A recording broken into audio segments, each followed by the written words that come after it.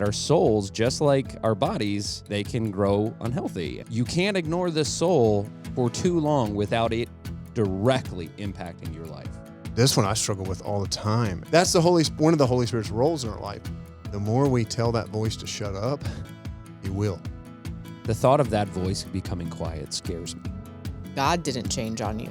You changed. It was a weird season for me. Like, I just felt like I wasn't hearing from God. If you follow Jesus longer than several days, you're going to have this. We're going to be talking about spiritual unhealth and what are the warning signs and what should you do if you're starting to feel a little bit unhealthy or spiritually fatigued. So, Jason and Joanna, today we're talking about this theme of spiritual unhealth, and I think this is something we don't talk about a whole lot. It's a fun topic. Fun topic. Unhealth. It's everything out there is about physical health. Yeah. Like everything is about physical health and what you eat and what you do to your body and working out and stuff. But we don't talk about the fact that our souls, just like our bodies, they can grow unhealthy, and we should pay attention to that, I think. First thing that we're going to look at is moral confusion. So with moral confusion, this is like when you start to you start to blur the lines. This is when you're blurring the lines of like what's right and wrong. Things that you wouldn't have done before, all of a sudden like become justifying. A little bit. Yeah, it's like that's fine. It's just a little. It's just one time.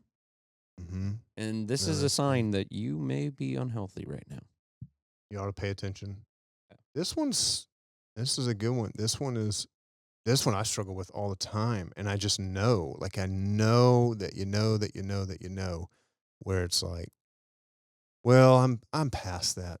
I can watch that. I'm past that. I can do that, and it's so subtle, and you start making these tiny little justifications for whatever, and sometimes you're just tired. Mm-hmm. It's like, oh, I've been fighting that thing off for 20 something years. And it's like, so you're just tired too.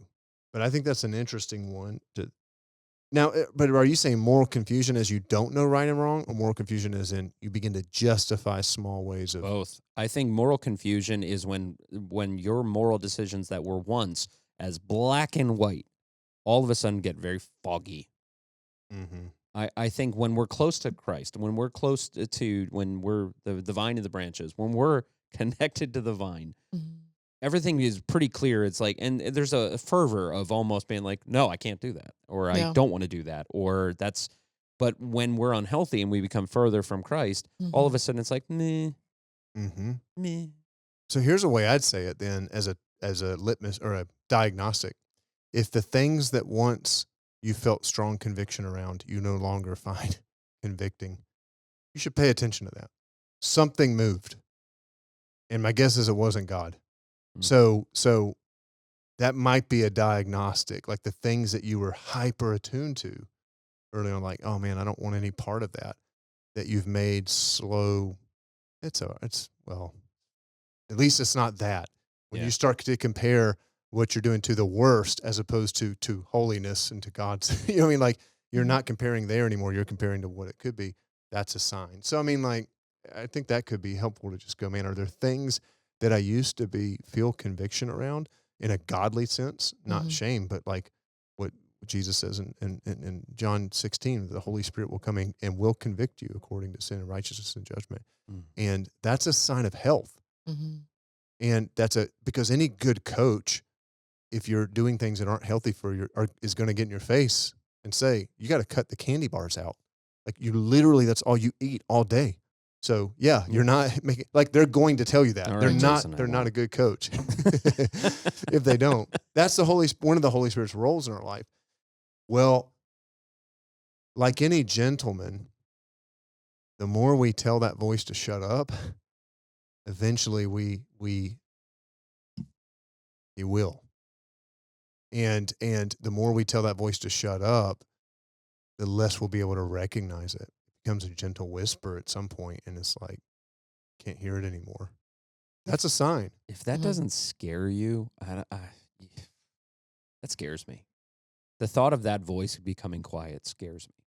Yeah, I mean, it does me too, and scare is a word we don't like to use with God, but I think it's a healthy kind of in awe, kind of Hmm. reverent fear in a sense.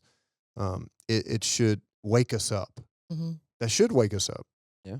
Well, and you said a moment ago, and I thought it was great.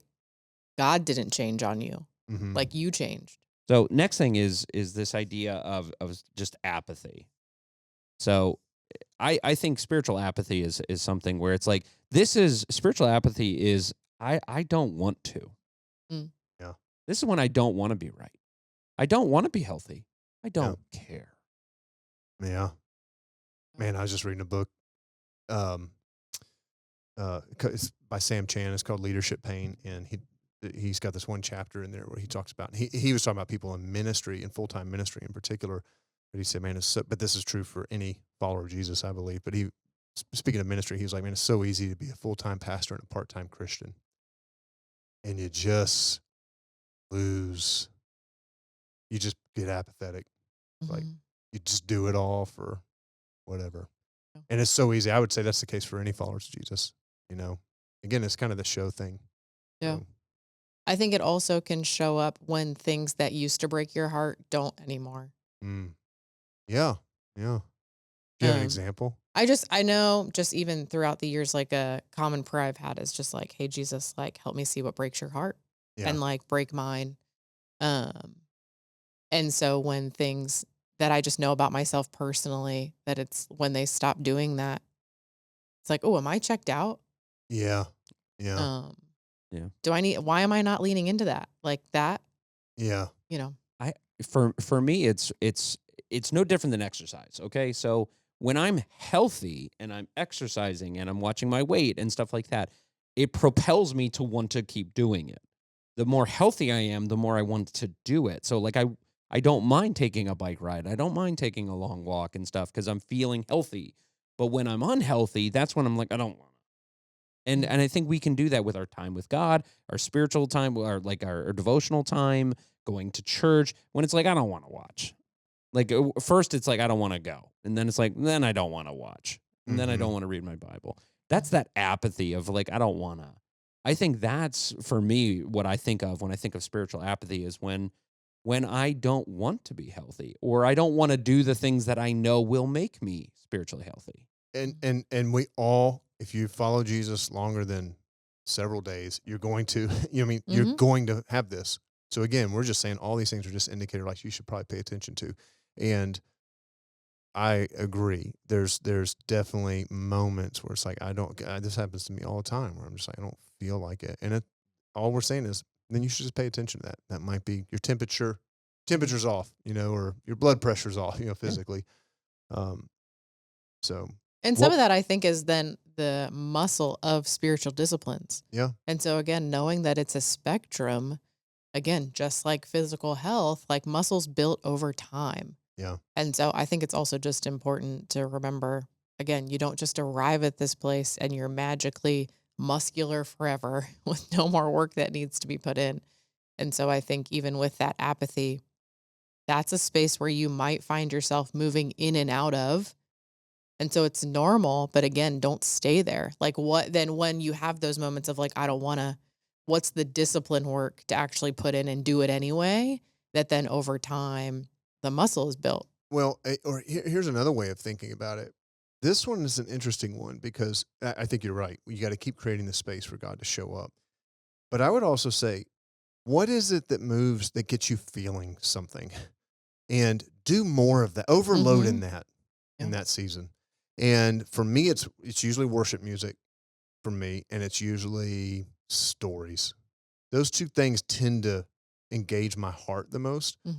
So that might be when I get into the seasons of spiritual apathy, that might be a season for me to do less of certain things and more of listening to worship and going online and hearing stories of life change and or reading prayer requests from our church or whatever, like so it's okay to go, what is it that engage in any relationship? If you're married, there's so many more days. It's like you don't feel a lot of stuff, but then you got to also make some room for like the feeling stuff too, whether that's a weekend away or a night that you're just having fun together, whatever. So, I mean, like, you've got to also create some space for that, but it's okay to, instead of just trudging through and be like, well, I got to go read my Bible again. Well, okay, but you should do the things. It's okay to do the things Mhm. that kind of move your heart Totally. and make you feel. Yep. And it's okay to ask God for that too, and to say, God, please, please make my heart so I want to feel those Mhm. things. That's not a bad thing. But I don't think you're saying, "Well, I don't feel like going to church, so don't." I'm not saying that, definitely. I'm saying because you got to keep showing up in the space. Again, that's to Joanna's point. You got to keep creating the space for it to happen. It's just Mhm. like, now, again, let's go back, physical exercise. I got to keep doing the thing, but there may be some, like, I can do all the physical exercise in the world, but I just love running. Then run more in that Mhm. season. And it's like, because there's certain things, it's like, I gotta go bench, and I gotta go do flies, right? Whatever. So it's like, I just got to do those things, Right. And that's being like but I chained to the love running. plan. What's That's that? like the difference of like being chained to the plan Yeah, exactly. Exactly. and like giving the space for like the spirit to move.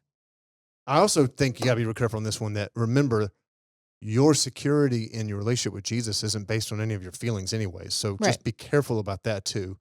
Um, but we gotta be careful we don't create such a stoic response to, like, well, it doesn't matter what you feel. God loves you. Just do the thing.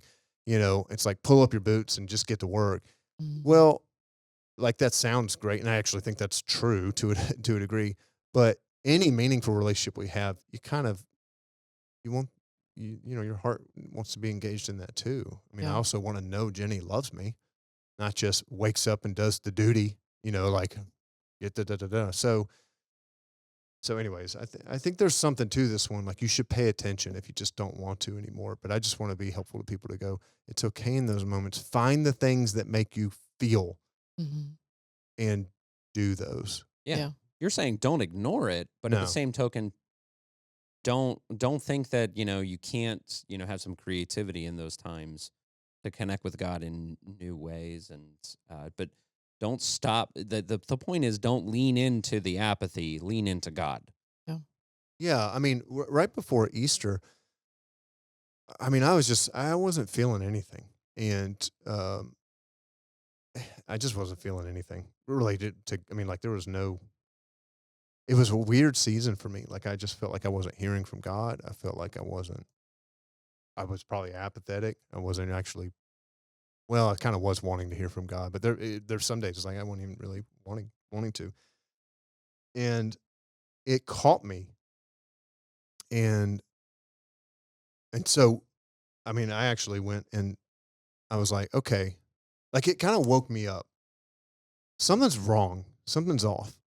First of all, like, I'm asking God for and I'm not hearing anything. So that's off.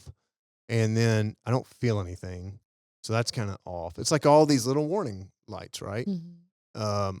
I found myself angry, having imaginary conversations with people in my head. So that's kind of off. There's your emotions, that you're talking about. So, I mean, like, the first place I started was, you know, God, is there sin that I'm holding on to?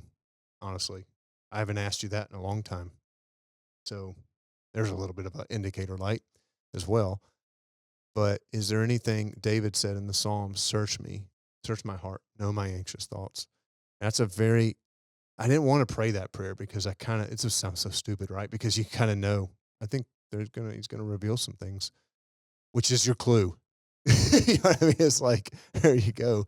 But anyways, and, then I literally, physically got on my knees multiple times. And I don't do that all the time. But that was more of a physical posture in that season to go, something's off here. Mhm. And I'm going to posture myself in a different kind of way because I need this reconnected right now. And if I need to confess something, because because I think harboring sin doesn't mean you're not a son of God or a daughter of God anymore.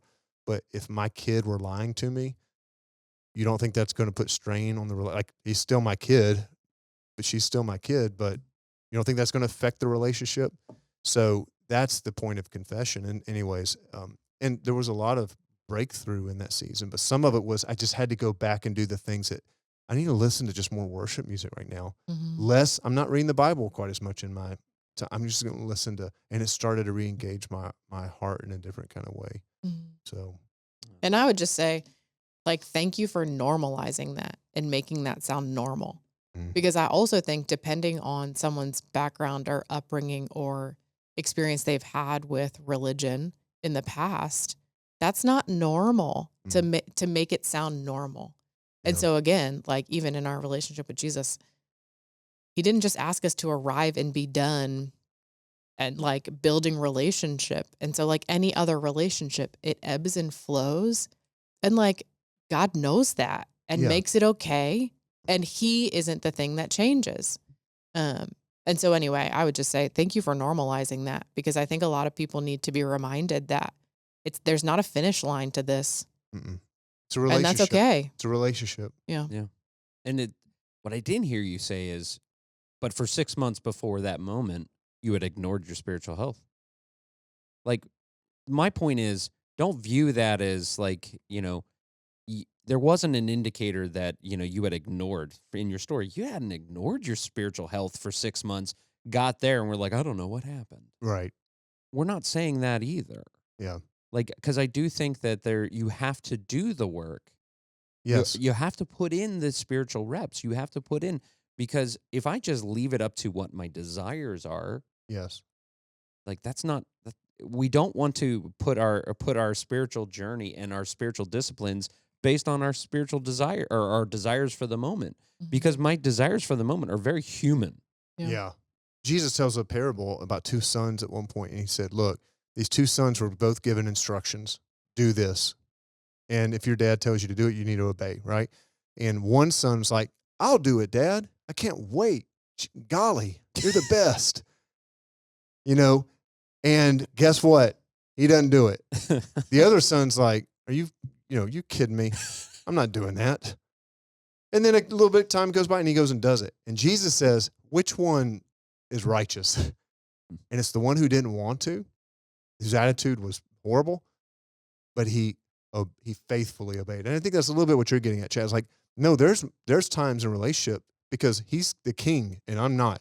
And he is my heavenly father who's no, he appointed me and chose. And so I don't want to be too bad. Mhm. So like I'm going to submit and surrender and obey, but he's so beautiful in the sense that but he underneath that, there's also the prodigal son story. And there's Mhm. also you are my dearly loved son, in whom I'm well pleased. And, there's all that too. And you want that living side by side. Yeah.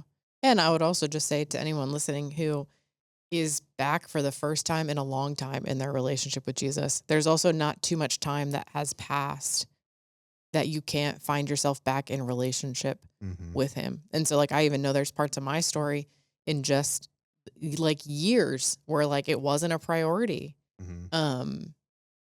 And it's like not too far gone, right? It's like you just then you just start showing up. Yeah, Um it's good. and I think that that's good, and it's good to be reminded of that. Yeah, it's great. Last, Joanna, you hinted at this, and I'd love to hear your voice on this, is lack of compassion. Mm. When things stop breaking your heart. Mhm. So tell us about that. Yeah, I think that can be another warning sign. And I think it has a little bit of that like empathy. It has a little bit of that disconnected. But then I think it's also that lack of action or like that lack of doing something with it. And so whether that's with my kids and like as my patience short with them and not showing empathy to a 3-year-old not wanting to go to bed, um, or is it, something in my community or something that I've seen around me that you just have a lack of compassion towards, or what's the right way to say it? Like that just where like thing should be different, or why does that thing keep happening, or why do you keep doing that? Haven't you learned yet? And You're saying like your margin for grace is kind of yes, gone. You're that's a great way. impatient. Yeah, Yes, yeah. totally. Mhm. That's definitely a sign. I actually love that these two are back to back because to me, this is love God and love others. Mm. And the first one, the spiritual apathy side, is the love God part. Like if you if it's all duty and you feel no genuine affection for the grace of God, like there's just sometimes it just overwhelms you. Like I'm in awe. Like what a gift, God, you've given. What a privilege. You should probably pay attention, Yeah. like to that, right? So that's the one we were just talking about a moment ago. On the other side, this is love others. If I never feel a genuine, like if I go months and it's like I'm not moved. I mean, I just heard some horrible things, and it's like, all right, all right, and this one is this one is a huge one for me. This is usually the first indicator light for me. Mm. This last one, the lack of compassion, that I begin to know. Oh, my heart's not real soft right now. Um, uh, they talk about this all the time with compassion fatigue, and all that. I love this passage in First John. John said, um, in 1 John 3:17, he said, if someone has enough money to live well and sees a brother or sister in need but shows no compassion, how can God's love be in that person? That's a pretty straightforward way of talking about it. Yeah. And it's like, no, these are tied together. Mhm. How can, and so um, I've been there. I've definitely been there where I see opportunities and I completely ignore them. And all we're saying is, get it. That's like, yeah, that's going to happen. Just that ought to be a warning sign. That Yeah. ought to be a warning sign that something might not be healthy. That's good. I also find it when I don't actually want to pray for my enemies. Ah, Or, like Yeah. an enemy is such like a Yeah. Someone who strong wronged word, you. but you Yeah. know what I Yeah. mean? Where it's Yeah. also just like, oh man, God, show me who I should pray for. Like Yeah. that's usually a moment where I need to be reminded of that. you know what it is for me? When a coworker will come up to me or a friend, or I'll get that text message and my eyes roll and I'm like, oh, Oh, yeah. Yes. Yeah. Yeah. like, Yeah. oh, I could really use a phone call. I could really use a Yeah. breakfast. And I'm like, Yeah. at that point, You they, should at least ask, why did I just respond that way? yeah. Mhm. And when another human being has become a burden, and again, it's because normally, I'm not saying that I take on all people with all these like problems, but it's norm. These are normally people that I enjoy living life Mm. with and walking beside, and it normally brings me joy. Mm-hmm. And all of a sudden, they all I see is the time suck and the burden. Mm-hmm. That's for me an indicator. Yeah. Mm. It's like, oh, normally I like when I see that person coming up to me in the hall, but now all of a sudden I'm like, Mm-hmm. so. Lastly, what are the steps back to health and how do you stay there? Yeah, for me, I just taking inventory. Mm. So I know we mentioned that even a couple of times, but even asking the question like, "Ooh, why did I just react that way?" Or "Ooh, what's causing that thing?" So for me, it's always take inventory, and then usually I have to do I have to pray whether I do in that moment or not. Right, talk to God, Yeah, and then usually, how do I talk to someone I trust about it? that's good. I'm not wired to figure it out on my own, and so yeah, somewhere between a relationship with God and relationship with others. Mm. Yeah. I would encourage you to start. And I'd encourage you to start where I started a few weeks ago when I was at a place where it was a difficult season, which is, I think a great prayer to get in the habit of praying is search my heart and know my anxious thought. Like basically, God, continually just asking God, show me, where am I not connected? So you learn the pattern of asking God, but also the pattern of self awareness. You mentioned, Joanna, just, I don't think you said being curious, but always just asking questions about why you're doing and feeling the things that you are. And most of the time we just ignore those. So to me, the starting point is always bringing our lives before the Spirit of God and saying, um, I want to see myself like you see me. I want to, I want to be connect. I want to be connected to the vine, Jesus, as you say that's your desire for me. I want to bear good fruit. It just starts there of just stating your intentions to God and saying, God, I don't want to be healthy. I want to bear good fruit. I don't want to be unhealthy. So when there are things, and God, I am going to drift into these things. That is it's, I hope we're Mhm. kind of normalizing it, saying Yeah. that's going to happen like any relationship. God, make me quick to see it, Mhm. quick to repent, and quick to get reconnected where I need reconnected. Um, So, I mean, that's where I would start. I think for me, it's doing the opposite of what these things are. I think it's leaning into sometimes, when you are feeling a lack of compassion, I think it's time to act compassionately and fight that urge to view people as a burden. And I think when you're disconnected from others, you might need people in your life right now. And I do think there's something to be said about when you to lean into figuring it out. Mm. Don't ignore it. I'd say the biggest thing for me is when I have these feelings, what I want to do is ignore them and keep going. But it's almost like if you have a heart condition and there's warning signs, the worst thing you can do is ignore it. Mm-hmm. Yeah. There's like the point is there's lots of ways to find healing and growth and spiritual health. But the worst thing in the world, the only thing you shouldn't do is ignore it. Yeah. The only thing you shouldn't do is just say it's all fine. Yeah, that's really good. I would go one level. I mean, there's one other level to this conversation that I think might not be for everybody, but I think some people should do this and will want to do this. And I'm going to use myself as an example. In that season I was describing a moment ago that I was just feeling kind of dry. There was also a lot of other things happening in that moment, relationally, and just they were very heavy. And so I was talking to someone and I was telling them I don't want to get bitter about this thing that's happened. I don't want to get bitter towards these people and all this kind of stuff. So I was like, so I'm really trying to fight not being bitter, Mm. right? And what they challenged me with is they said, well, the way you can go about that is two different ways. You just choose not to get bitter. You try to make your choice, yada, yada.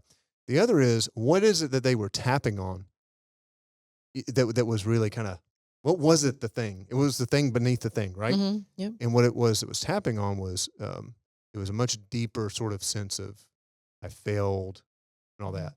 And that's what I was kind of believing in that moment and all that. So they were like, that's what you need to take before Jesus. It's not bitterness. Mm-hmm. If you don't want to get bitter, you need to take that thing that you need healed, that it exposed, kind of like, man, I feel like a failure. Let him speak into that. Mm-hmm. Because if he heals that, you won't get bitter because you're getting the thing healed. Yeah. You're getting the thing beneath the thing. So again, that's next level a little bit, but usually all I'm trying to say is whatever those signs of unhealth might be, they're probably pointing, just ask, and why is it that I feel this level of anger? Mm-hmm. Why is it that I feel like keep digging and let Yeah. Jesus dig up the roots so that the fruit, is good fruit. And that's work towards long-term health, Yeah. not just temporary health Yep. or like temporary feeling better. It is interesting too. I think the other thing that's really good to just talk to God about is to help him build you, help him. One of the things I think is good to talk to God about too is just have him help you build foundation. Like, what are places you need help building foundation in? And it's interesting. So Matthew 7, I mean, it says, anyone who listens to my teachings and follows it is wise, like a person who builds a house on solid rock, right? So what parts, God, aren't built on solid rock? Like, how can you help me do that? Yeah. So though the rain comes and torrents and floodwaters rise and the winds beat against the house, it won't collapse because it's built on bedrock. But anyone who hears my teaching and doesn't obey it is foolish, like a person who builds a house on sand. When it rains and the floods come, the winds beat against the house and it will collapse with a mighty crash. And so I think, too, some of these spaces with spiritual health, again, because it's a process, there might be things that have happened to you or seasons that you've lived through that it knocks you off the spiritual health because of circumstances or things that you've dealt with. And so, again, the thing beneath the thing is like, go heal that. Like, go build foundation in your worth. Go build, that comes from God, that then when the flood comes again, or, the thing that like trips you up again comes, your foundation is thicker and more secure. And so I think that's even just something personally I've been working on lately is like, there's just this thing. And so I started seeing a counselor about it. And it's like, hey, like there's this thing that I just keep getting tripped up on. Can you help me understand why? And so she's helped me find the thing beneath the thing. And I'm also just realizing like I don't have a lot of foundation or muscle built in this area. And so anyway, like talk to God about that. Like Yeah. he wants to help me build foundation in that. And be reminded that like he is the one that can help and that I Yeah. don't have to do it on my own. What I love about that is when you see these signs of unhealth, don't these are a gift. These are a gift. Your fever is a gift because your fever is telling you your body's trying to fight something. You know, your blood pressure, if I find out, it's a gift to know that because now I can have, so there's no shame in this. Don't carry this around as a shame. Consider it God's trying to get your attention because he loves you. He loves you so much. He wants to heal those things in you. He wants to restore a relationship and all that. So anyways, just keep that in mind. That's great. So as we close this episode, remember that, your spiritual health is just as important as your physical health. So you can't ignore it. You got to pay attention. If you enjoyed this episode of the Live a Change podcast, make sure you like, share, subscribe, and leave comments. And as always, now that your life changed by Christ, make sure you live that change out.